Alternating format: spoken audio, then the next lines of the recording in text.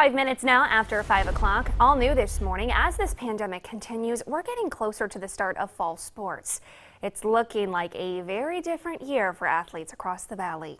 First News Weekend morning anchor Connor Keck is live in our newsroom, sharing how doctors say they can be safe and play come this fall. Connor. Well, Chelsea, we're seeing a lot of new protocols and new procedures all across school districts across the valley and in Pennsylvania. A lot of those new protocols, of course, have to deal with COVID-19. Now, this is video from some spring practices that we've been able to attend here at First News over the past couple of weeks. Some sports, school districts, or athletic conferences are requiring masks in common areas like weight rooms or locker rooms. Others are requiring testing frequently for the virus before they play. There are some other risks that are not so new happening right now. Athletes may not be the whole way up to speed with their training and conditioning quite yet. One doctor in Salem recommends athletes take it easy and then pick back up their pace. Says that with the sports requiring a mask, athletes should be aware of any pre-existing respiratory conditions before going all out on the field.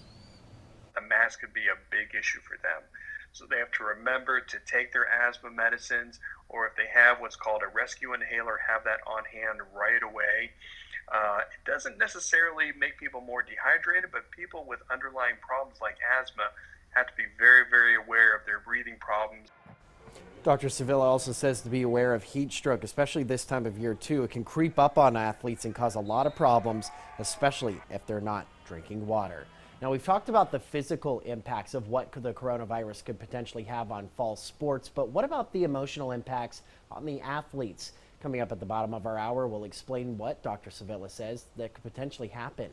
Live in the newsroom, Connor Keck, First News this morning.